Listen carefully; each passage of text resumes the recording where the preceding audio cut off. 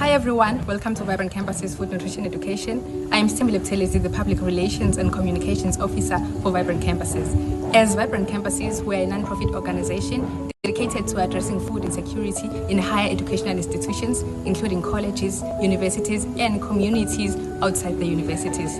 Today, I am super excited to share with you our mission, a glimpse into our history and the inspiring story behind the initiative of Vibrant Campuses non-profit organization. So the organization was founded in the year of 2018 by Mr. Siboniso Ngcobo, who was a student passionate about making a difference in his community and within the environment of higher educational institutions. While he was pursuing his third year in consumer science at the Durban University of Technology, he recognized the urgent need to address food insecurity. Our mission is very clear. It is to address food insecurity. This is because we believe that it is important for each and every student and for all communities to have access to healthy, nutritious food and the knowledge to make informed food purchasing decisions. Over the next few months, we'll be sharing more of our programs, events, and initiatives. We'll also be highlighting the important and amazing work done by our team members, partners, and supporters. Thank you so much for joining us on this journey. Stay tuned for more updates, and let's work together in creating a brighter future for all community members and students everywhere. Thank you. Ladies and gentlemen, good morning, and thank you for attending, and thank you for being our audience as we celebrate Human Rights Day and as we launch our Zero Hunger Challenge. But first, let's get the charisma by the reading of the verse. Allow me to draw your attention from the Universal Declaration Human Rights, Article 25. Article 25 is what the governments of the world agrees upon.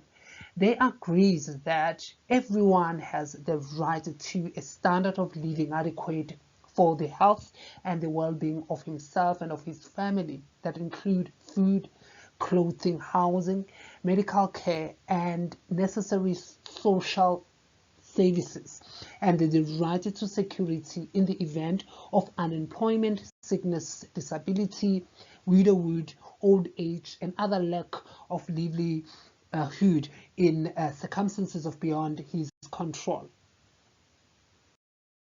Then, since we have assumed the relationship between rights and rights to food for better life and better future, we then also realize that the human right-based approach requires not only addressing the final outcome, well, which in this case is getting rid of hunger, but also it also proposes the ways and the tools which that goals can be achieved, in which in this case we are proposing a zero hunger challenge as a tool driven by the belief that hunger and barriers to financial stability prevents the students from striving academically. Then we say, since now we have just identified the problem, in which I believe that we all can agree that this is a possible problem in this case. But then we say, we believe that if we work together collectively, we eliminate these barriers and reduce the hunger.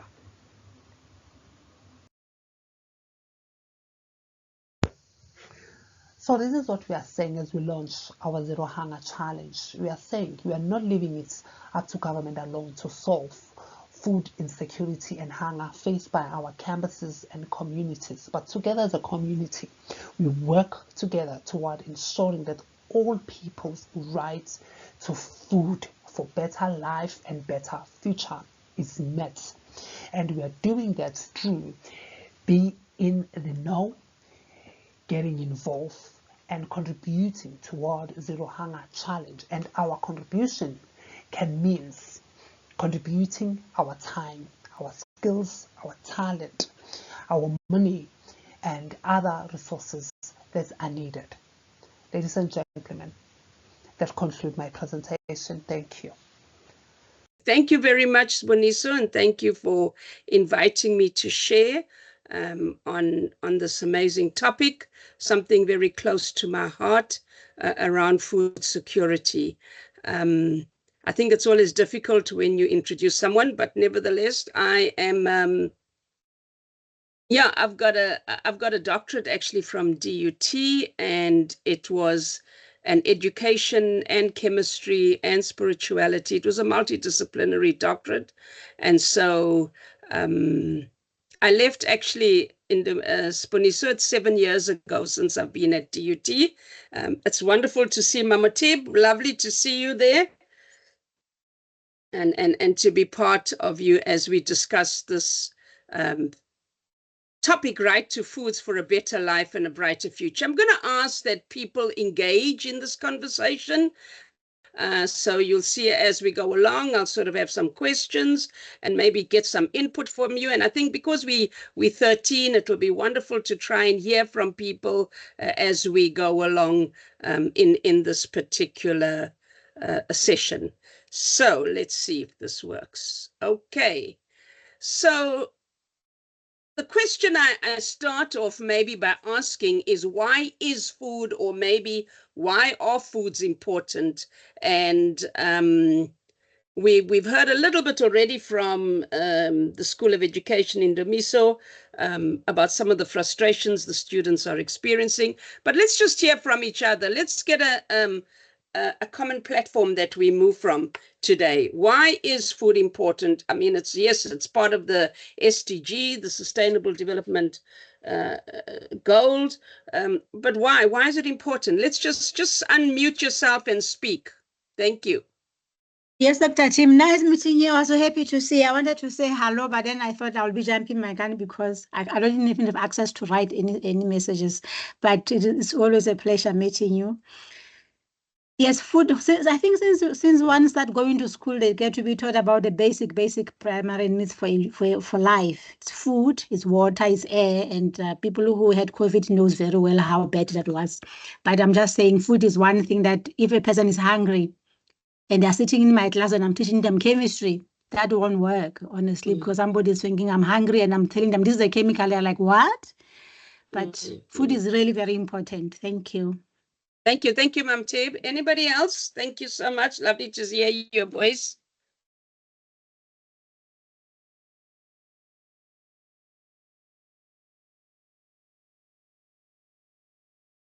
Anybody else want to say? I know, for instance, at this time of the year, we have people of different religious faiths that are actually fasting from food at the moment. We have the Muslims that are fasting. We have some of the Christians who are going through what we call Lent, and they're also fasting. So we're fasting from food, but why is it important? Why is it important for us even to fast from food, or maybe to think about food? What is the importance? Let's hear some more.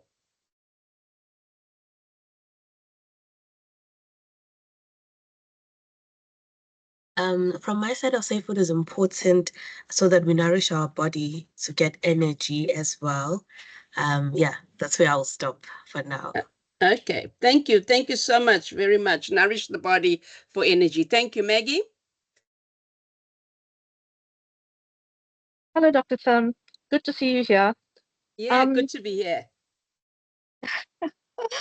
I would say, everybody needs food as for survival. I mean, without food, you cannot survive. So, and I don't think, personally, for me, it's also a matter close to my heart.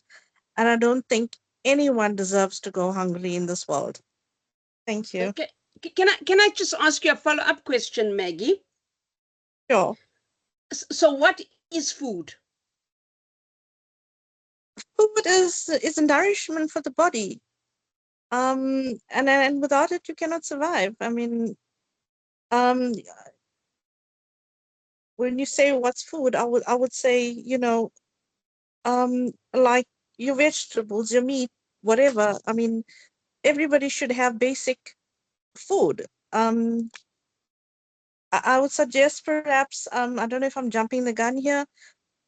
We should actually teach people to do subsistence farming. Like if you have a little space around your home, grow your own veggies, and that should sustain people. I know cost of living is high, but if you can grow a few basic veggies around your home, I mean, that would be perfect. Thank That you. would be a solution to the problem as well.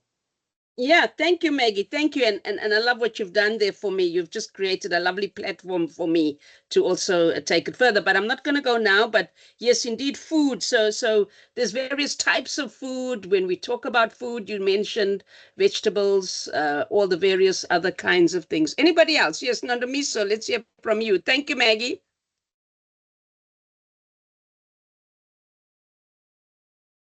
Nandamiso, would you unmute yourself, please, so we can hear? Oh, sorry. It is important because it's providing you with the energy and development of sustaining life. So the food is very important. Thank you. Thank you. So again, energy and life, you've added something else there, sort of sustaining life, giving us life. If we don't have food, it's difficult to have life. All right. Anybody else would like to share?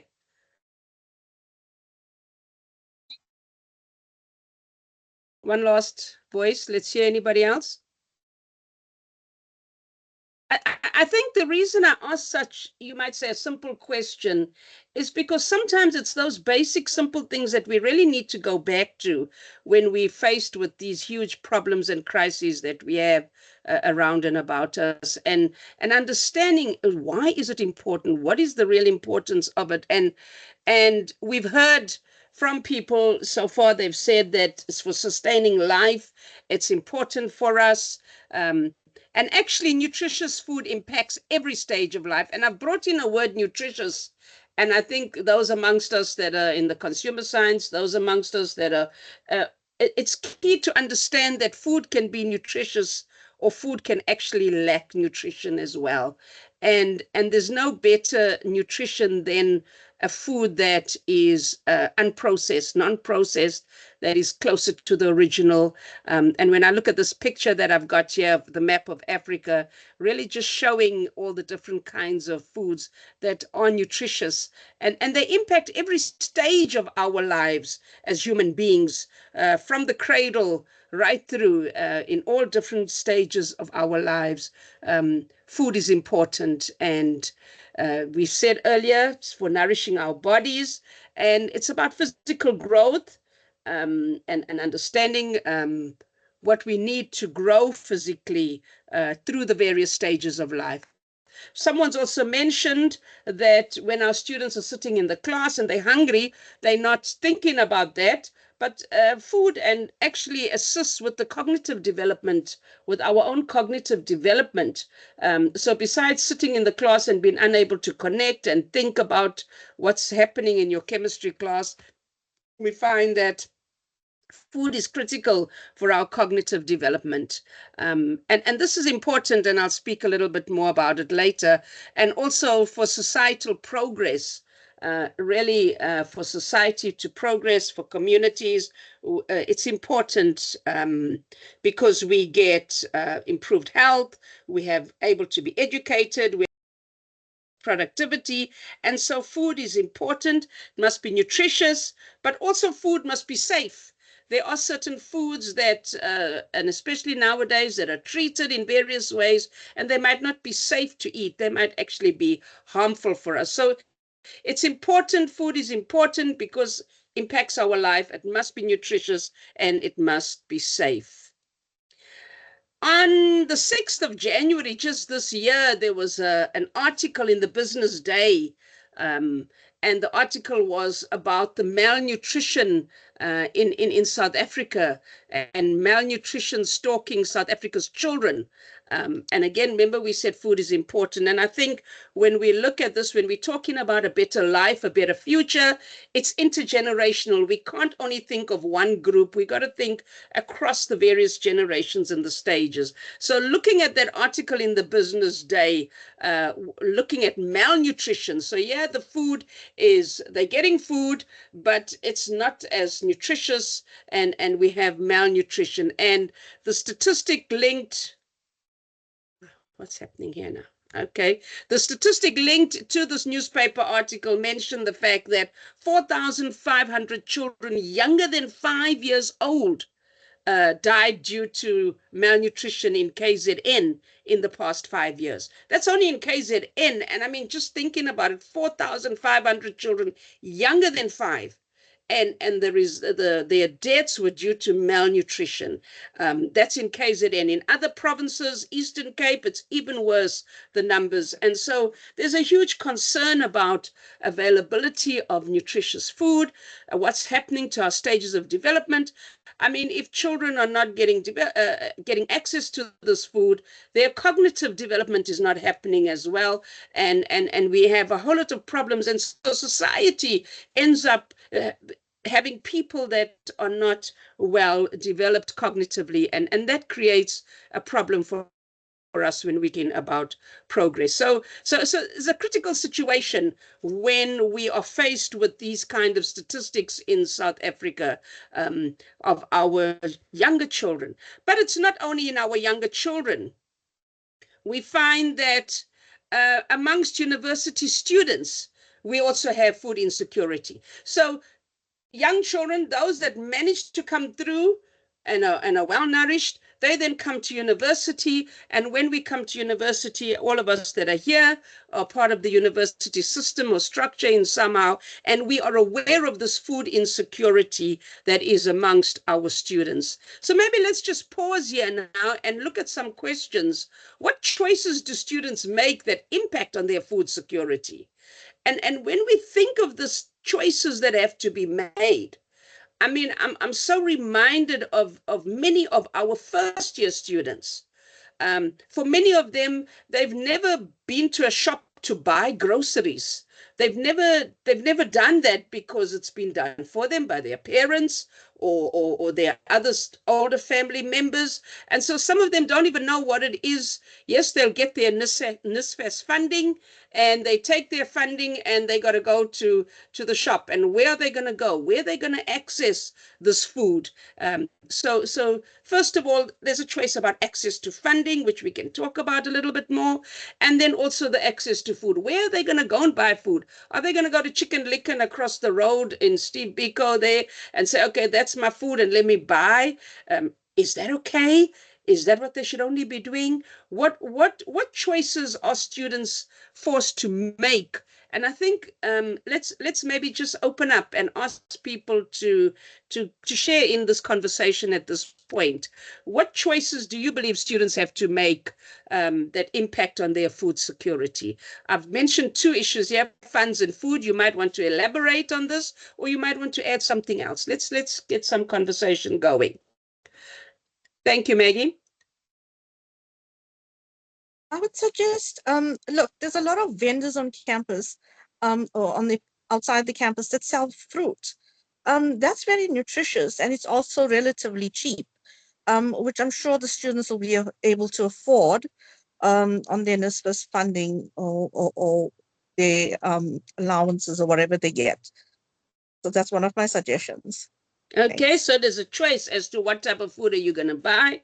You could even go to the vendors that are selling fruit. And so the fruit is, and again, fresh, safe fruit. Well done. Thank you, Maggie. Anybody else? So they're going to make a choice. Am I going to go and buy fruit, or am I going, what else am I going to buy, looking at the vendors that are on campus? Let's carry on. Anyone else? Thank you. Mama Tim? Yes, I was thinking at Indumiso, they don't really have a choice. They used to have a cafeteria that they banned sometime last year during the riots. So there's a mall outside where I've seen some of them walk there and buy groceries. But then there are small shops outside where students can buy a little bit of makwenya and polony. But again, when I always look at it, I always find it it's very really limited on what they can eat. Otherwise, they have to go to town, and it's also expensive. And I have seen it's also not even safe, because one of the students who went to town to get money from the ATM, he said after getting money from the ATM, suddenly it was clear there was no one around, and then people attacked him, took everything. So I'm like, really, for me, everything is very scary. Thank you. Thank you. Thank you so much, Mom, because you've highlighted for us now sometimes there's limited choices of food. There's not even the fresh fruit. It's just the magwinya and the polony, and you're going to eat that. And then we need to look at now, what is the nourishment if you're eating magwinya and polony every day, besides the fact that you're going to look like me, obese a little bit, which is the other nutrition on the other side of the scale. What else is available for the students? What other choices do they make? Let's hear. Anybody else?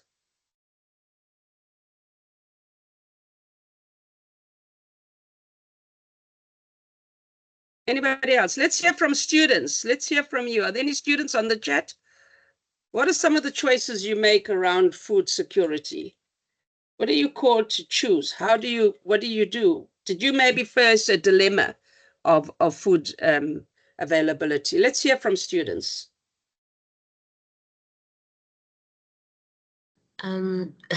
Okay, so hi everyone again.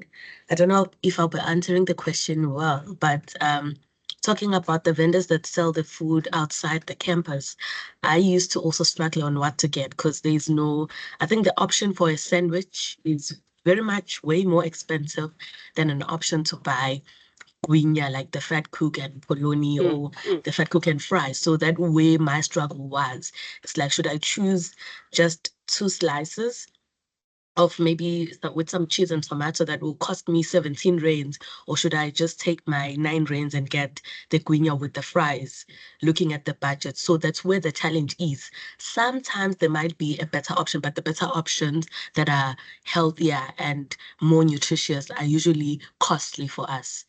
They were costly for me as a student like a year ago. So that way my struggle was. And then in terms of the foods that were sold outside, they are reasonable, but they are not always available. And sometimes they are costly. It depends, really. Yeah, so 4 rand for a pay and then 9 rand for a fat cook. So what do I choose at the end of the day? So that's where the struggle really is.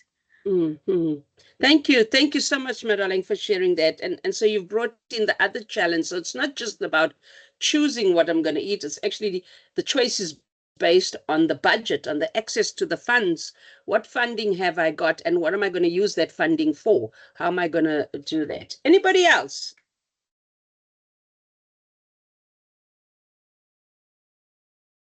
How many of you as students could prepare your own meals when you came to university? Maybe let's just reflect on that.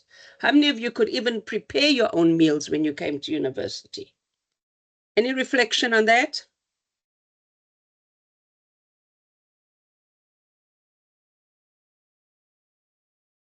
Just unmute yourself and speak, please, if you'd like to. We really welcome you to share in this conversation. I think it's good for us to understand our experiences. Our lived experiences inform.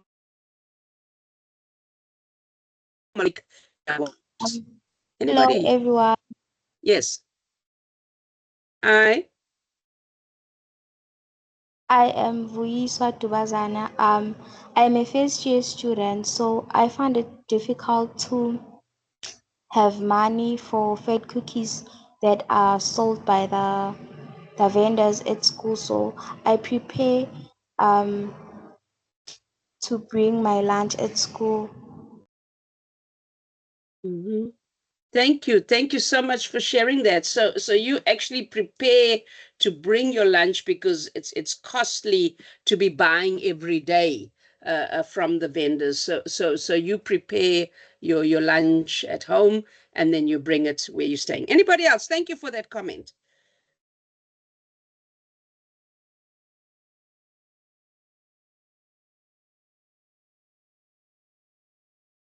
Anybody else? So to prepare your lunch every day, it means you need to then go to the supermarket or somewhere to go and buy and to purchase things for lunch, and you need to be planning and you need to say, hang on, what have I got access to? So these questions, the choices we make, we need to be able to make informed choices.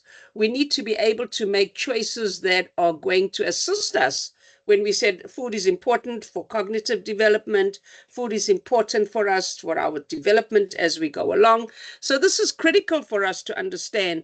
So what choices am I going to make? And I think that's something maybe as a university, we need to understand and look. I mean, I don't know how the safety of the food is regulated that is sold by the vendors. Is there, I mean, do you go to a vendor and do you see how safe is this food? How fresh is this food? What is actually happening? And how are what the vendors selling really nutritious for you as a student, for your cognitive development, to satiate, to satisfy your hunger? And I think these are important things that we need to look at when we're looking at a better life and a better future. It's fine, you can say there's vendors. It's fine, you can say it's there. What's the quality of that food? What is the nutritional value of that food that is being sold? And I think we need to maybe start being more aware of what it is that we as students are actually looking at, because the impact on our academic and personal well-being is actually very, very high. And we need to understand, as the one lecturer said already, a student sitting in my class, I'm not going to listen. My concentration is impaired. My memory also is affected because I'm not eating proper food that's helping my memory. And so my overall cognitive function becomes really limited as a student. Furthermore, when you look at the mental health, I mean, the student is sitting there in the class and wondering, what am I going to have for lunch? Is my food still going to be okay? What am I going to have for dinner? So it brings in other kinds of mental health issues like depression, like chronic stress, and various other things associated with the fact of, I don't know what I'm going to eat tomorrow. I don't know what I'm going to eat today. So the food insecurity is really key at the university level, at that microcosm at the university, besides out in society, where there are so many people walking around that are homeless. There are people that are walking around that have lost their jobs, the high unemployment. How are people coping with this food insecurity? What support systems exist in the university and in communities? So when we listen to that, we've heard about the vendors that are there. We've heard about from that we need to maybe go out and go and buy. But what are some of the support systems? I remember a few years ago when I was still at DUT and we had the Siyaphumelela project, and I went out to the we went to the States as part of the Siyaphumelela project, and we went to visit one of these universities, the colleges that were there, and they had a food pantry, and where they had got together with some of the local businesses in partnership, and they had food pantries in the university. And of course, there was a progress and a process for people to access the food in the food pantry, because they realized that students maybe don't have access to food. So they provided a pantry. A food pantry is a kitchen, a place where they store the food, and people could then go there and go and have access to food. They have various systems that they work with a food pantry. Of course, we know there's sometimes there's also the meal voucher program. And I know many years ago at DUT, I don't know if it still exists, but there was also a sort of let me say, a feeding scheme where some people from outside would come one day a week and they'll give the students some food. They'd prepare the meal and they'll say, come and eat. And they have a free meal on a Monday or whichever day it used to be. And students used to be able to have access to food. So there were many other ways in which access to healthy food could be achieved in the university. And I know each one of them have their pros and their cons, but maybe there's some things that we can start doing, and you can be challenged today to start thinking about and to start activating and maybe saying, hang on, can we not do this? Can we not liaise with various places, and how do we work with them? What happens to the food from the shops, the private businesses around and about us? So what is, and I'm sure at DUT, besides the vendors, anything else? Let's hear from you at DUT. Besides the vendors, is there any other support system at the university? I know I heard Mama Tim say that she was trying to start a garden. And I remember years ago at some of the residences, when I was still at DUT, some of the residences, they did start some gardens where they started a gardening project and at some of the residences and getting people to plant just some essential vegetables so that people could have food. Let's hear, is there still any such projects going on in the residence where you're staying, or maybe around and about in the community assisting students with food? Let me hear. Thank you. Anybody?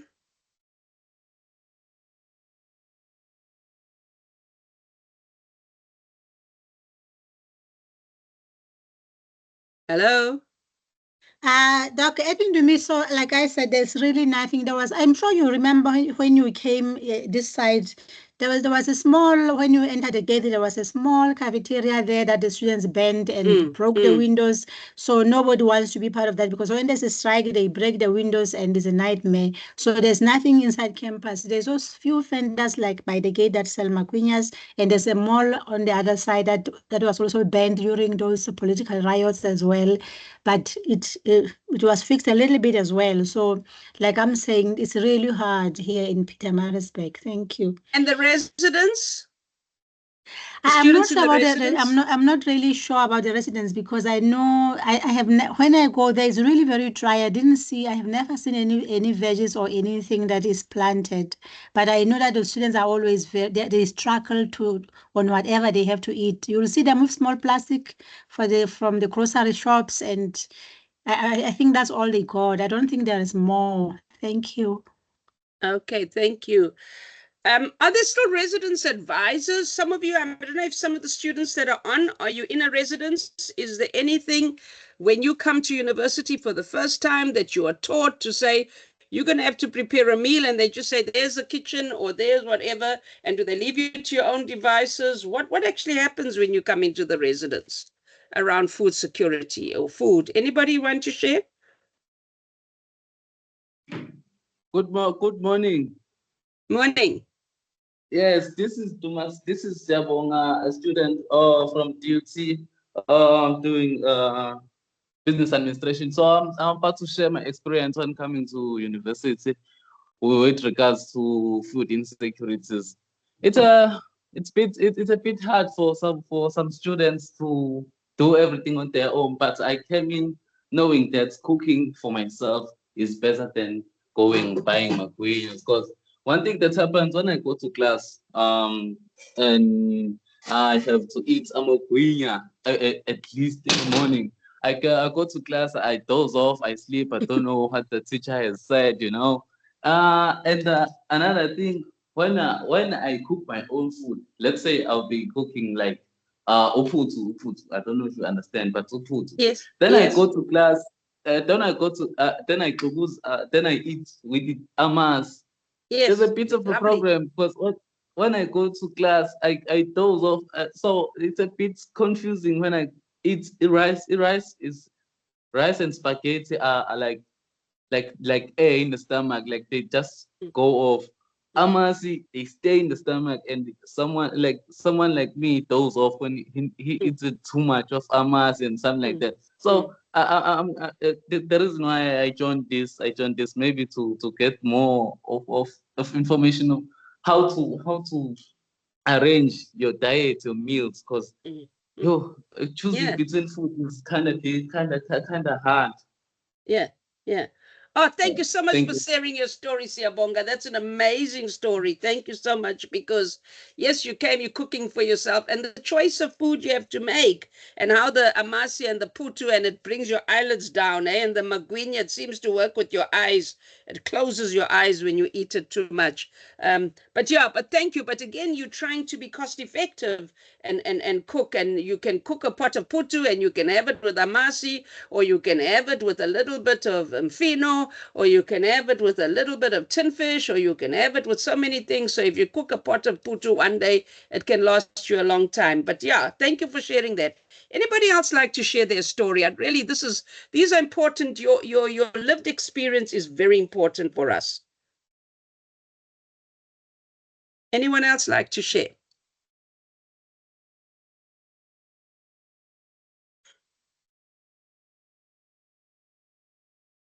Okay, so Siyabonga, you joined because you wanted to learn a little more. Let's carry on and see what else I can offer you and we can talk about. But I think it's important for you, even as a student at DUT, as a lecturer, as whoever interacting with university students, open your eyes a little bit more and become an activist and say, what is it that we're going to do? What can I do in my space and where I am? How am I going to work this through? And so we need to then just go back to a little bit, let me say, of the theory of how do we build sustainable food systems to support and present future generations. This is looking at a community level, but I think we can translate it also into our own individual as university students. We need to ensure that there's fair access to nutritious food for all, regardless of your economic and social status. So we've spoken about the university. We've said, yes, the magwinya is there. Some of us are saying if we eat too much of the magwinya, it affects our cognitive abilities in the class. But is there fair access? We heard at Indomiso, there's no place for the students. So who's activating at Indomiso campus? Who's starting to scratch a little bit and say, what are we doing? Where are our students? We can't keep teaching them and expect them to think in the class when they haven't even got a plate of food, or when they're falling asleep because they're not eating. So the equity, the fair access to nutritious food is important for us to look at. Innovation, we talk about agricultural technology here because I'm looking at the community and the climate resistant and getting the food. And here I'm talking about how do we get fresh vegetables, fresh food. But I think in terms of the students, what would be your innovation? How could we innovate to provide food on campus, that would be resistant to protest attacks, because now our cafes are closed because there's nothing, nobody's going to want to have a cafe there. How else can we ensure? What can we do? What is the supply chain? How can we improve food security? How does food get to the student who is at university? And we need to then try and understand what is maybe that supply chain of you, Siyabonga, for instance, getting your food. How do you keep your food? How do you keep it safe when it's load shedding, when it's sometimes the conditions people are living under, even as students, is very difficult? Where do you keep your food? We need to teach communities about nutrition and farming. So somewhere along the line, students need to be assisted and told, this is what you should eat. This is how you can eat it. And these were some of the things that really concerned me when I was at DUT as well, as part of the Siyaphumelela project. And you'll see something that we brought out as a result of that. Collaboration. Let's not do it alone. They say, the African proverb, if you want to, what do you say? If you want to go far, you walk together. But if you want to, if you go alone, you're not going to get further. You're not going to be able to work further. I can't remember the proverb now, but we need to work together. And those from DUT at the moment, and if there's any other institution, if MUT, if you're here, what are you looking at? What is the policy of residence, let's say, for starters, for students in residence? What is the policy for us? How do we work? And they'll say, oh no, we're an education institution. We're not about feeding people. We're here to educate people. But yes, but there's a policy, because if your student is collapsing in the class, if the student is not eating, what are you doing? What is the SRC doing? What is the student action committees on what are they doing to ensure that we have food security? Let us work together. So you might have an idea, get hold of your SRC and maybe get them to conscientize a little bit more about what is actually happening, and start getting other stakeholders together in the collaboration. We need to ensure that it's sustainable. And I'm going to talk a little bit more about this, responsible farming. Reducing food waste. So many of us waste food. We eat half, we throw it away. Some of us don't know about recycling even food and using food completely. When you buy a pumpkin, you go and buy pumpkin seeds and pumpkin seeds are just as healthy, but we throw them away instead of taking those pumpkin seeds, drying them a little bit and eating them as a snack. They're very healthy, they're full of nutrition, but we throw the pumpkin seeds away. There's various other ways in which we waste a lot of food because and we lose the nutritional value of food. And so all these things really impacted on me when I was at the university 7 years ago, and started thinking, what is it that I'm going to do while I'm there and later on? So if food security is a right, where does the responsibility fall? And many times we want to blame different people. Government, for us, it could also be the educational institution and not the government. Mama Tib, yes, thank you. I see your hand. Yes, darling. Now, when you're talking about the pumpkin seeds that we throw away, I'm just now thinking, who is teaching these people? You know, I did biology in high school, but nobody ever taught me the advantages of the seeds until recently. But the whole time I was growing up, we used to cook a lot of pumpkin and we used to throw all the seeds away. So I'm thinking the people who are launching this, the people in the food and nutrition department, I think, can you teach the students the value of food, especially my students are teachers. If you can teach them, I think it can go all the way to the schools, to the communities, to say that those pumpkin seeds are very nutritious, very basic thing you don't even have to buy, but we have been throwing away for years. Thank you. Thank you so much. Thank you so much. And yes, and when you look at various vegetables, we only use sometimes part of it because that's our culture sometimes, and where we've grown up, we only eat this, and then someone else comes and says, no, hang on, you can eat the beetroot leaves. You don't only have to cut the beetroot and boil it, you can cut the beetroot leaves and you can cook them, and this is what happens. And so you can take the carrot leaves, and what do you do with the carrot leaves, and the nutrition that's involved. And I think, Mama Tip, I'm going to show you what does exist at the moment, and this is where Sponiso and his work with the Vibrant Campus communities is really playing a key role for us to think. So when we talk about government here, we can translate it. There is responsibility for the institution. What happens? How do we ensure that our vendors we allow on campus to sell food, are they selling nutritious food? How do we ensure that they're safe? I think there's a whole lot of issues here that we need to maybe start taking a little more active role in, especially as people with a passion for food security. The community, again, reducing food waste. How do we do that? How do we recycle food? What do we do with our waste food?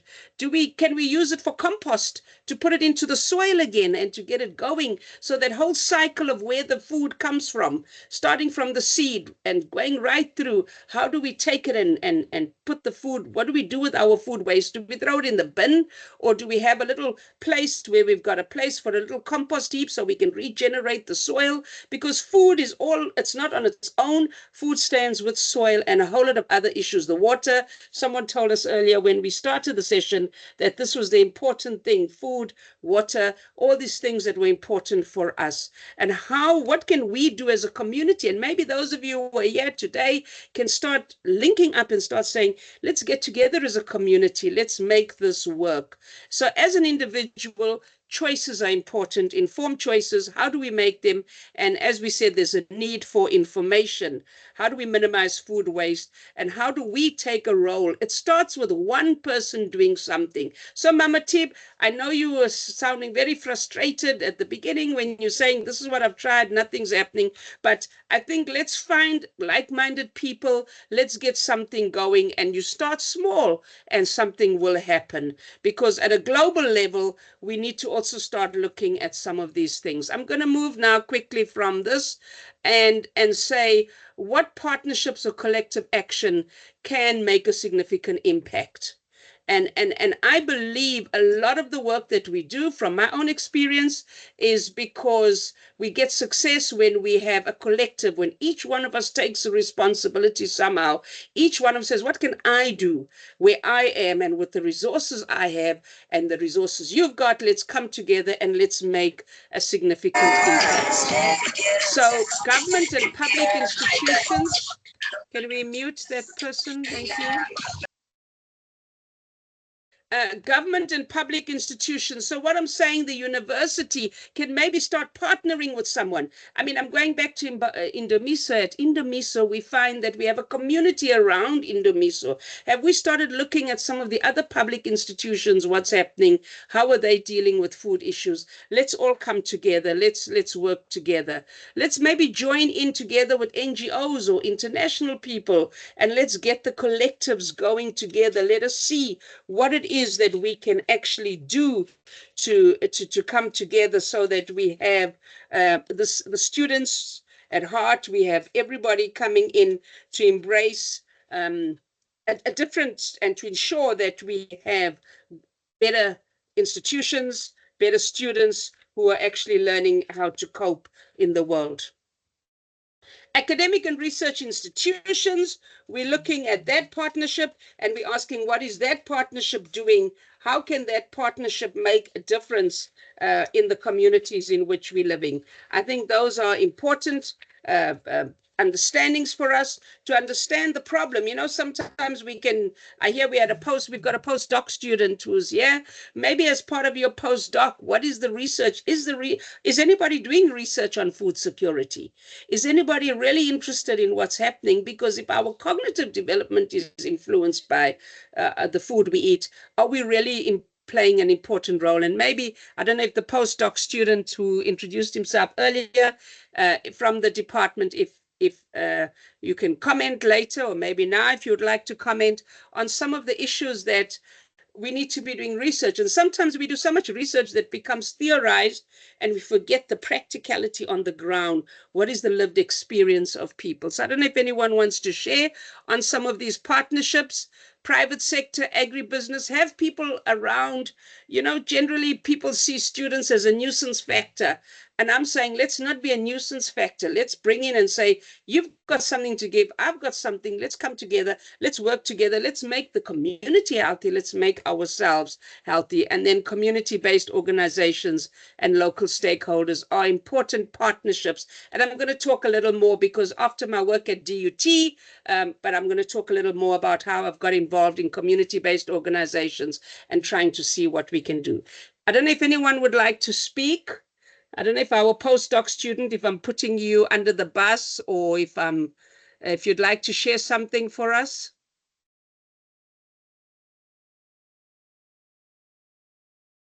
Or maybe it's not really your area at the moment and you're wishing to go in. Anybody, if you'd like to share? Thank you. Let me just say a little thing about food insecurity. Well, it's a collaborative effort, like what you said. And so far, my experience in the food insecurity shows that we have gender inequality when it comes to issue of food insecurity, and the empowerment of women especially play a key role, because when we are looking at how people have access to food, adequate food for that matter, women have a key role. And that's why today, like when we are looking at fundamental human rights, as we are giving right to every individual, irrespective of their gender or socioeconomic status, there must be balance in how people have access to food. And that really comes in from the angle of socioeconomic characteristics of people. Do we have equal empowerment to everyone? And that is a key role. Gone are the days that is only men or boys are allowed to go to schools, and women or girls stay at home. But now I believe that the trend is changing in terms of the access to food, because one of the studies that I conducted before coming on board in South Africa, back in Nigeria, shows that African women have low access to food compared to their male counterparts. And it's not restricted to a country. It is a general phenomenon in Africa. But I believe that with empowerment programs, governments in different countries are embarking on, the trend is changing, but the space at which it's changing is slow for us. And I think we have a long way as partners to ensure that equal access is maintained when it comes to food access. Equal access in terms of maintaining food equity. Thank you. Thank you. Thank you so much for sharing that, because I think that's an important point that you've raised also about the gendered issue, the equity in terms of gender around food and food access. And you know, there's also the issue of gendered roles around food, where it's like, whose responsibility to cook. So if you're living in a residence and there's males and females, and very often it'll be, oh, you woman, you must cook, or you know. And so we have those gendered stereotypes, which sometimes result in us also having problems around issues of access to food. I like your topic, and I think it's very important, and it's very interesting because, as you'll see later on in my presentation, it's the woman at the moment in the work that I'm doing and in the field that I'm working in, where the women are coming together and the women are actually driving a lot of the food issues. But I think it's not about women and it's not about men, it's about us all coming together and working together, and how do we get us working together and those stakeholders. So let me continue the presentation, because I know we're going to be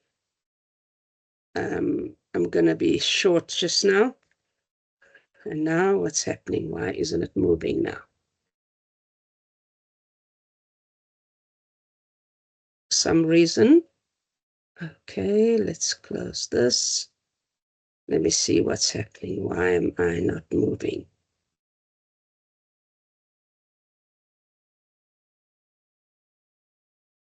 For some reason, my slideshow seems to have slowed down now. Okay. I don't know what's happened to the slideshow now when I really need it the most. So what did I do then when I was at DUT, and how did I? Yes, Duma, yes. So, ma'am, sorry to disturb you. I was about to ask this question, which bothers me a long way. We have like a 10 kg from Checkers, 10 kg, right? Like maybe let's say Auntie Caroline, you know Auntie Caroline. Yes. We have it's almost 180 rands. And you go to other wholesalers or other stores such as Super Savers, you get it by maybe 150 rand. I'm assuming, you know, it's an example. How does that like that total that difference, how does it come in? Because it's the same rice, it's Auntie Caroline, it's 10 kg, it's 10 kg, but then it's different price from different stores. How does that count? Okay, so that's an interesting question, because the question that I'm also hearing you raise is, what choices do we make as to where we buy, because what's the affordability? And so you would find a lot of places have different prices for things. There's someone, I heard someone doing business admin. Is it you that's doing business admin? But when you look at supply and demand, some shops will buy in bulk, and so they get reduced prices for things and they're able to sell it cheaper. Some shops you will find they will have specials that they give, and so you can buy it. But we need to be again careful, because what's been found in some of these places as well, where it's sold very cheaply, that sometimes the sell by date, it's not as fresh, it's not as safe to eat as other times. But what I like and hearing from you about buying a 10 kilo of Aunt Caroline rice, if you're one person and you buy 10 kilo of Aunt Caroline rice, it's going to last you a long time. And sometimes what happens is your safety of that food, you'll start getting weevils as it's standing longer and longer.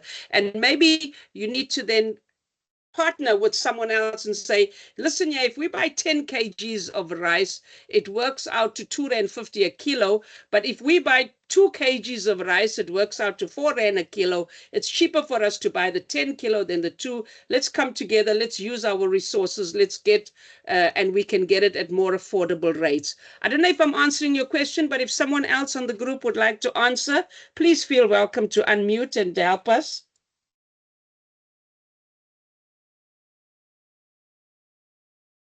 Please, can you repeat the question again? I didn't grab that. Okay, Siyabonga, would you like to repeat the question?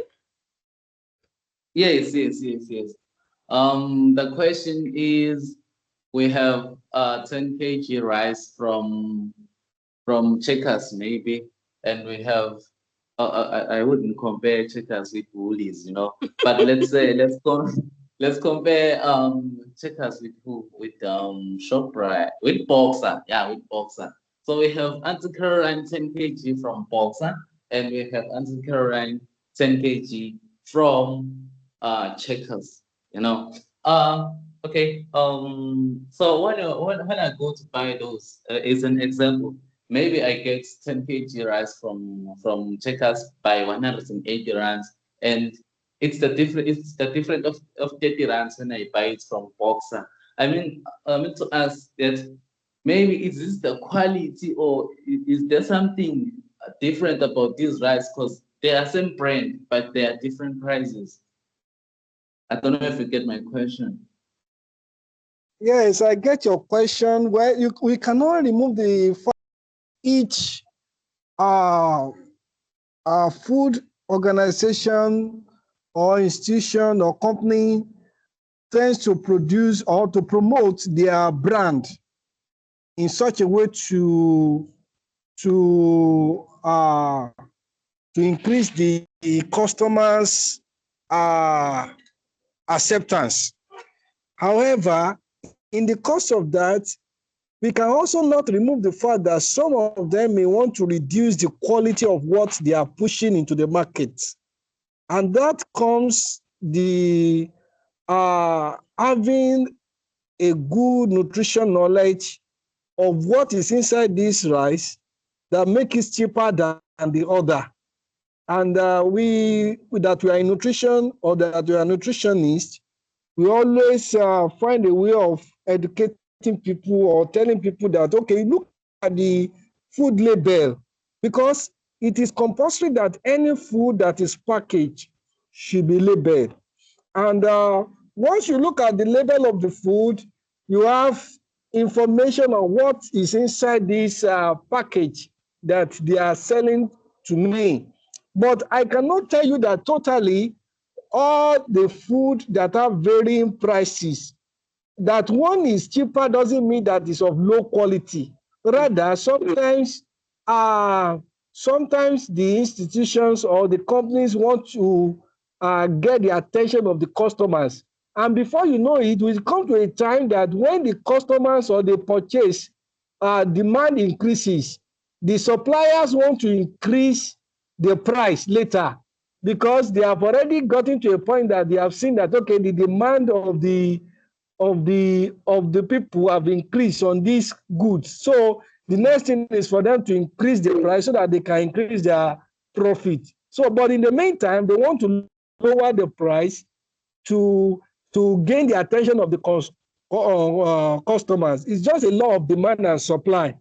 But in most cases, it's very important for you as a consumer to look at the food label to really actually know whether the food that you are getting at the cheaper rate is meeting your nutritional needs or not?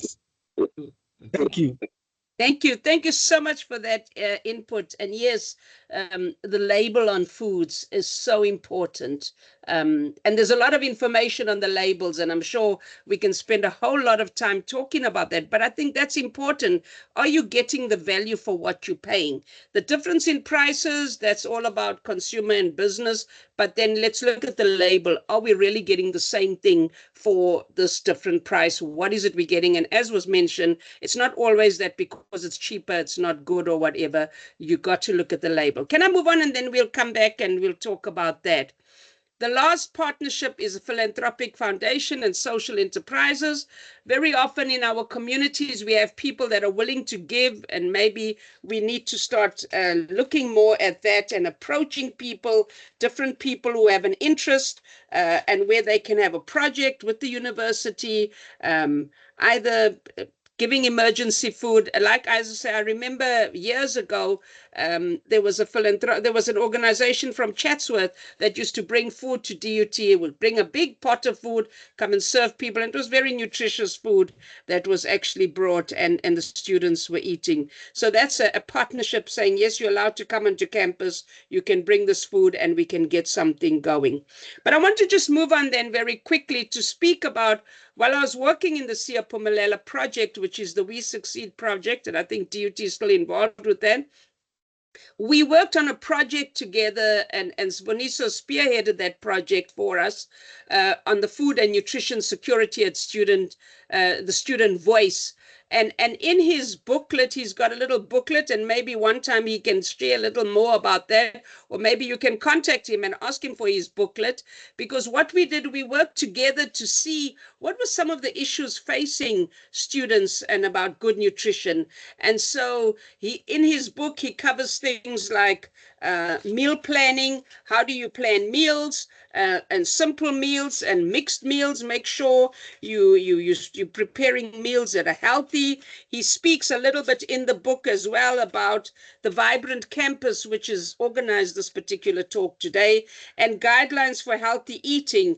He tells us what it is. And so what happened when we were working with this project, Siboniso went to quite a few residences, and he used to have demonstrations and workshops and say to people, if this is your food you've got in your basket, how can you prepare it? What can you do? And how can you make these wise food choices? So I really want to say that this booklet was something that I was very proud of, and we launched it at DUT, and it was really, really good because students need to have, and this is where I think the whole Vibrant Campus idea came on, where we're looking at how can we help students. So this booklet is available, and Siboniso maybe we'll talk about it later a little bit more, but I really want to say that it was something that where the resident students we found didn't know how to prepare meals, didn't know, what to do, how to buy,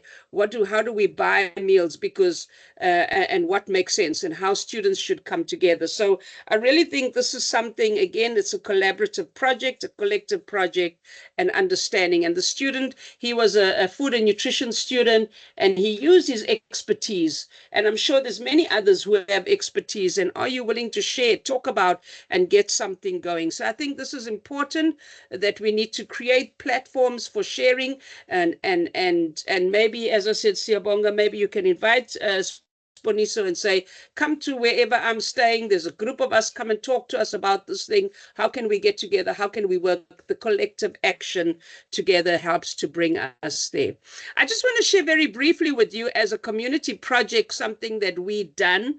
After I left DUT, I'm working in the church, and I recognized as well in the church that we have the community where people are unemployed. We have a community where people are not eating well. I mean, you talk about sleeping in class, you get people, yes, maybe the sermon is boring in church and they fall asleep on the seat, but nevertheless, you realize that there's people that don't have access to healthy food, access to nutritional food. And so as a community project, what we did, and we're still working, we're working with Vibrant Campus Community, and we're looking at how students can come in. If you're interested in this kind of work, let me tell you a little bit about our project. So we have a project at our church. It's in Belair. If anybody stays in Belair or comes around that way, you can come and see it.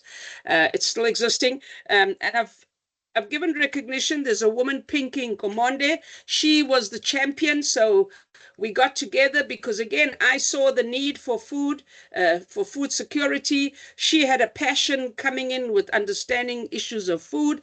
And we decided that, hang on, as a church, what is it we're going to do to assist and to help the community to address some of their needs that they have?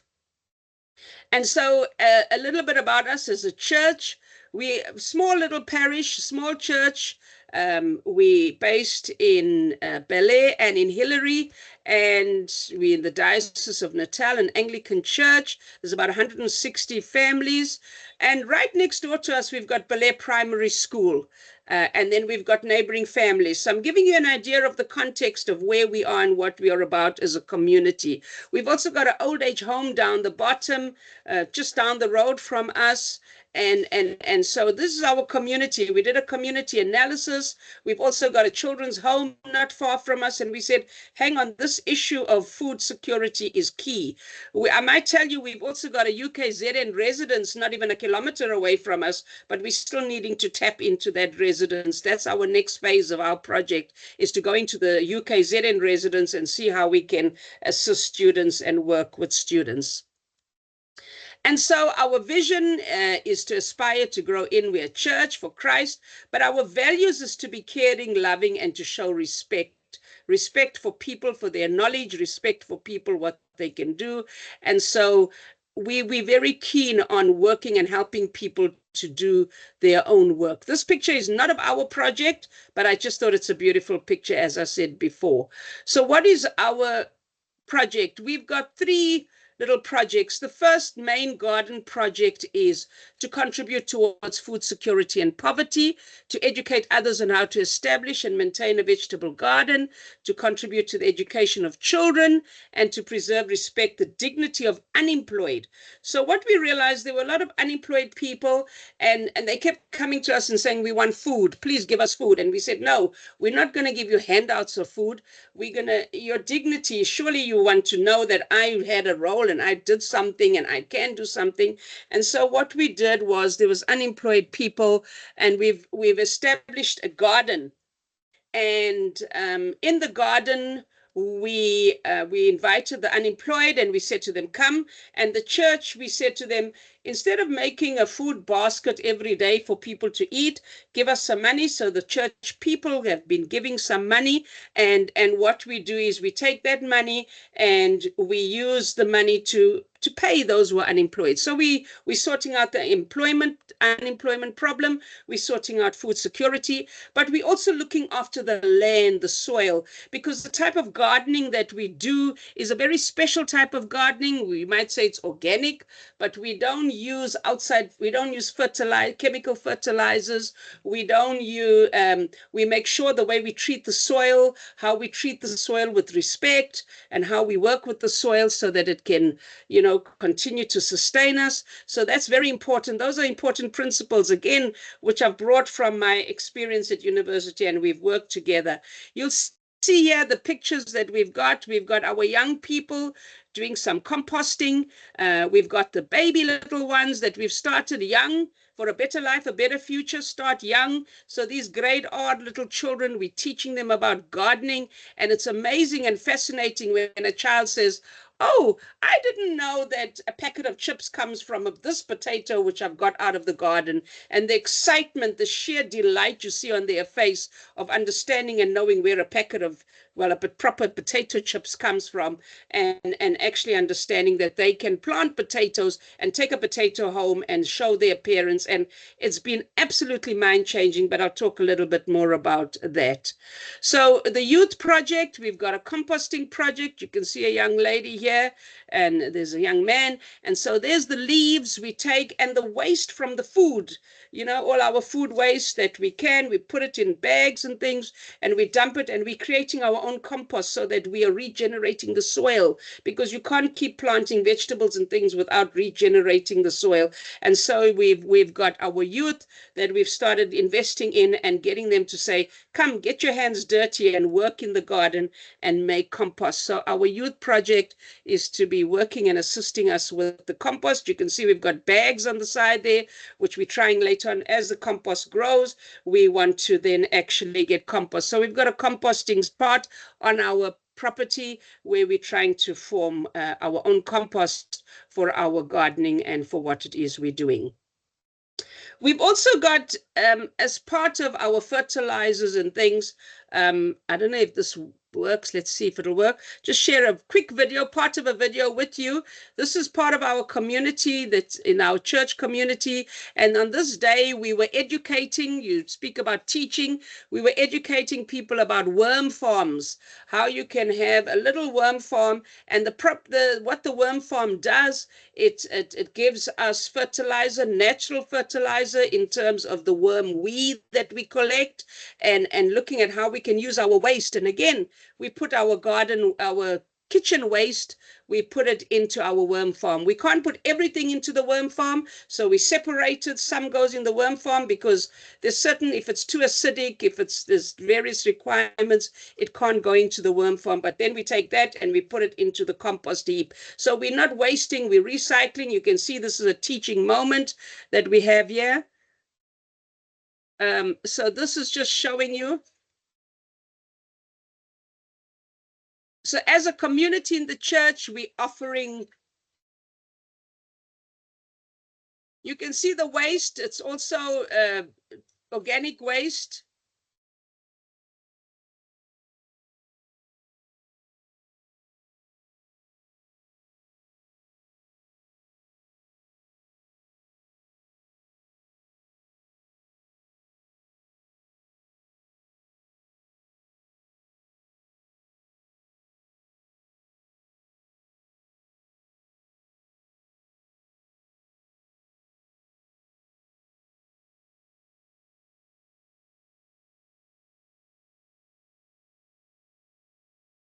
Okay, I'm not going to talk too much about the worm project, but that's also part of our whole sustainability. We're looking at getting our own fertilizer from the worm weed, and we take that and we use it in our garden. We also run the project in partnership with the Belair Primary School. And what we've done, the partnership is here, is that the school provides the land, we provide the manpower and the gardening resources and the knowledge. And so there's a part of the school, someone said earlier in the university as well, there's an area, and we said, hang on, you've got the land, we've got the resource, you've got this, let's come together and let's make this garden. And so we've got 4 garden workers who we assist by employing, and we pay them a little minimal stipend. We have surplus vegetables that we also get and we send to the children's home. So in terms of a food security project, this project, I believe, is really sustainable, and it's multifaceted in terms of, so the primary school project, very quickly, we found the need to establish a transfer of knowledge on caring for nature. So we look at the soil, how do we care for the soil and ourselves. The grade R's, we start them very young, and we've managed to get into the school, and we've got a project going, and the children experience the whole cycle of producing vegetables from seed to harvest. There's many children who have never seen anything grow, because some of them live in flats, some of them live in places where there's nothing happening. They don't even see where a mealie comes from. How do we grow mealie for our mealie meal to get our putu siyabonga in the thing? The children, what we do at the end of the year, we acknowledge them, we give them a little certificate of participation. These are just some photos. You've seen this first one with the children watering the garden. They bring their own little watering cans, and there's just such excitement with them getting involved involved in this project, understanding about getting a love for the soil and what it does. Here we see them again with the composting project, where we again teaching them and helping them to show them how you make your compost. You make a hole, you put the leaves in, you put all these things in, and you cover it. This is the garden at the back. We do sustainable farming, and so there's quite a few different crops that we're growing. On this side, there's the beans, and there's the little children walking with their teacher. On this side is our church building. So we're just across the road from the school. These are beans that we're growing. You can see rows of beans, and people are able to get beans, and then we dry them, and we also get the dried sugar beans. So little farmers, we're beginning young, and it's amazing when you hear these children, that you see the excitement, and when you hear from them what it is they're doing and how they want to go home and start a little garden, and they go home and they're looking for little buckets at home, and they're putting their little things in a little bucket. You don't need a garden outside.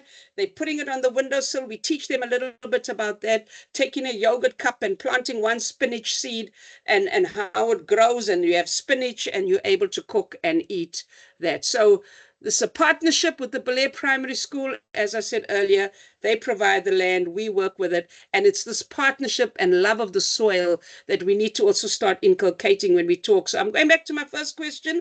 What is food? Food is for us, food is about fresh vegetables and nourishing vegetables, and how we can use them for different purposes in our homes and in our gardens.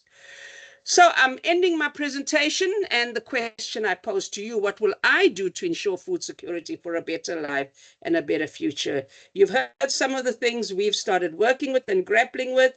You've heard of the project with Sponiso that we started looking at what is it that we want to really do and get our hands dirty, get into the soil, and understand that for Africa to survive, for Africa to live, Africa's got the soil. We are blessed in Africa. We've got huge places where there's soil. We can plant our own foods. We just need to go back to basics of understanding what it is that we need. So I'm going to stop there, and I'm going to ask for any questions, comments, because we're really close to closing time. Any questions, comments? Thank you.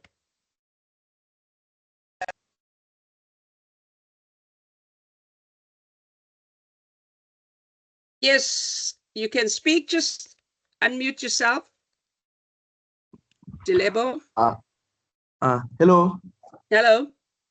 Okay. I would like to ask that if I want to join the organization, the one that is in Belair, the one that's at church, what do I have to do? Because I'm a self-funded student, so sometimes I find it hard to get food and stuff. So if I want to join, so that sometimes I can also get free food and help along wherever I can, what can I do? Okay, so what you can do, Sponiso's got my details. You can get them from Sponiso. Or let me send you my number. I'll give you my number. We can't write in the chat now. Okay.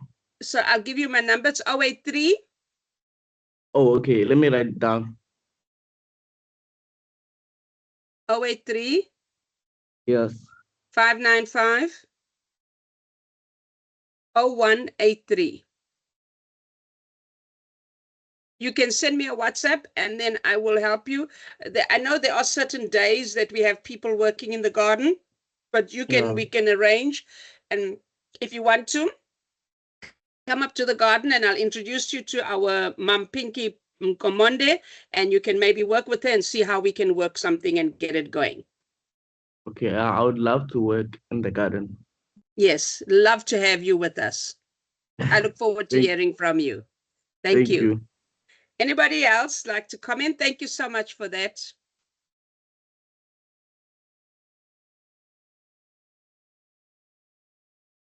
Any questions, comments on what you've heard? Anything that maybe it's brought to mind? Yes, Doc, I would like to say thank you so much, Pastor Dr. Delicia Tim. It was really nice knowing you, and this is even better. So I think I have more ideas now to work with. Thank you very much. Thank you. Thank you, Mama Tib. All the best. Thank you.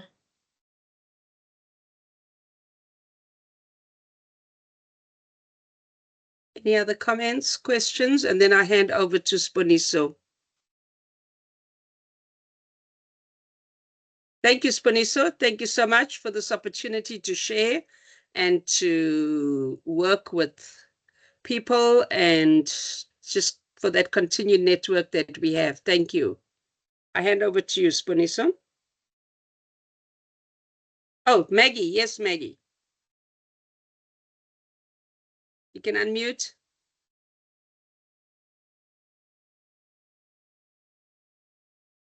Maggie, you muted.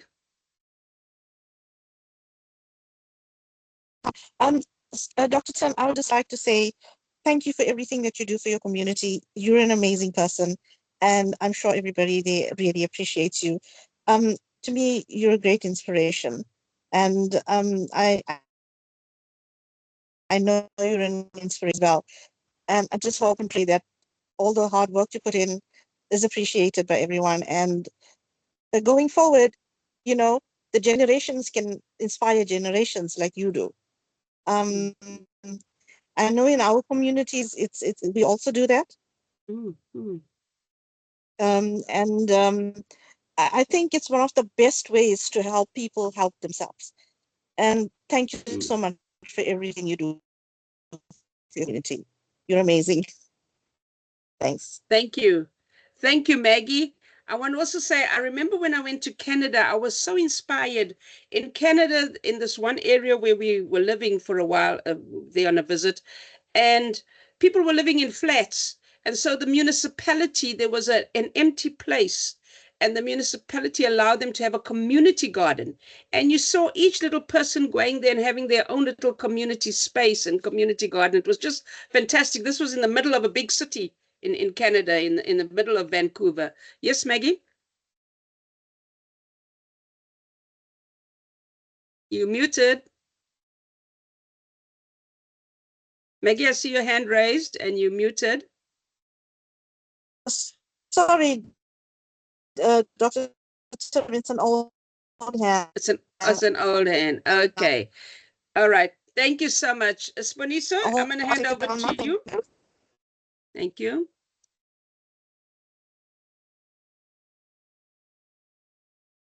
Sponiso, are you there? You can unmute. Sponiso, we can't hear you. Hi, everyone. I'm not sure. Mr. Ngobo is still here. He's with us, but I'll take over from here. Dr. Tim, thank you so much. Thank you so much for such a very informative, wonderful presentation. I am sure each and every one of us is very much inspired to just go and try and do something very much impactful for us, for the community, and also for generations to come. Before I even close, I would like to really open another opportunity for maybe even more questions or comments, but we don't have any more items in our programs right now. So what I did, I'm not sure this chat settings is really troubling us, but what I did, I sent there. Anyone can confirm if you can see the details that we have. Information about Vibrant Campuses, our number, and also there by the end, I did type your number, Dr. Tim, the one that you shared with us. But we would like to thank you so much for the wonderful presentation. I think